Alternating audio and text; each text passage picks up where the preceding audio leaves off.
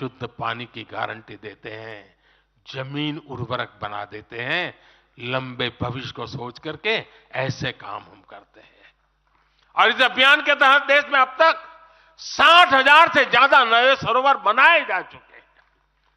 60,000 तालाब, शायद ही किसी सरकार के नसीब में इतना बड़ा काम करने का सौभाग्य आया होगा। ये सरोवर जल सुरक्षा सुनिश्चित करने में किसानों की मदद करेंगे।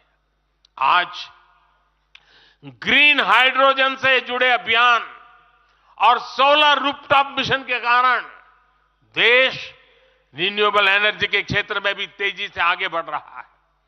बहुत जल्द भारत दुनिया का सेमीकंडक्टर हब बनेगा और इससे पूरी दुनिया में नई कंप्यूटिंग रिवॉल्यूशन को भी भारत गति देने का निमित्त बनने वाला है। पोर्ट लेड ग्रोथ से पब्लिक ट्रांसपोर्ट तक आने वाले समय में हर क्षेत्र को नई ऊंचाई मिल सकेगी। साथियों, भाजपा आज देश का एकमात्र दल है जो एक भारत श्रेष्ठ भारत की भावना के प्रति इतना आग्रही भी है और इतना समर्पित भी है। मैं पिछले महीने के अपने अनुभवों को भी कभी भूल नहीं सकता। इस दौरान मुझे भगवान श्री राम से जुड़े कई स्थानों में भ्रमण करने का अवसर मिला। मेरा 11 दिन का अनुष्ठान चल रहा था। उस अनुष्ठान के दरमियान मैं नासिक, लेपाक्षी, त्रिप्रयार, श्रीरंगम, रामेश्वरम, धनुषकोडी, मैं इन जगहों पर एक सामान्य साधक के तौर पर गया था।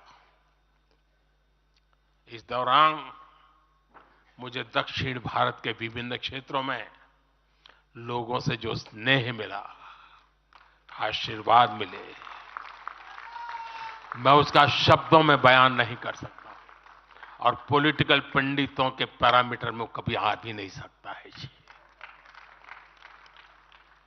जब मैं सड़कों से गुजर रहा था, लोग अपने वचन से, अपने भावों से मुझ पर अपना आशीर्वाद बरसा रहे थे। इस दौरान मुझे कंब रामायण का पाठ सुनने का अवसर मिला। ये ठीक उसी जगह पर हुआ जहां महान कवि कंबन ने 800 वर्ष पहले अपने रामायण की रचना की थी। आप कल्पना कर सकते हैं उसी स्थान पर बैठ करके जो मैं कंब रामायण सुन रहा था, उस भाव विश्व को मैं ही अनुभव कर सकता हूं। एक ऐसा अद्भुत क्षण था जिसमें एक भारत श्रेष्ठ भारत की भावना पूरी तरह समाहित थी। मुझे विश्वास है कि आप सभी ने भी कम अधिक मात्रा में इसे महसूस किया होगा। हम हमेशा विभिन्न तरीके से देशवासियों को करीब लाने का निरंतर प्रयास करते हैं। एकता के सूत्र में बांधने के लिए हमारी कोशिश रहती है। चाहे संयुक्त राष्ट्र में पहली बार जाकर के कोई तमिल में बोलता है, जगत गुरु बसवेश्वरा का संदेश दूर दूर तक पहुंचाने के लिए हम लेके जाते हैं। काशी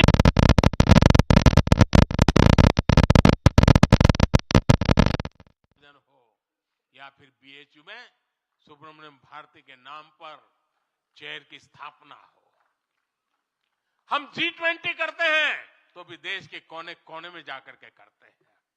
हम विश्व के मेहमान आते हैं तो दिल्ली को ही देश नहीं मानते, हम हर राज्य में लेकर के जाते हैं। हमारे राजभवनों में हर राज्यों के स्थापना दिवस बनाए जाते हैं।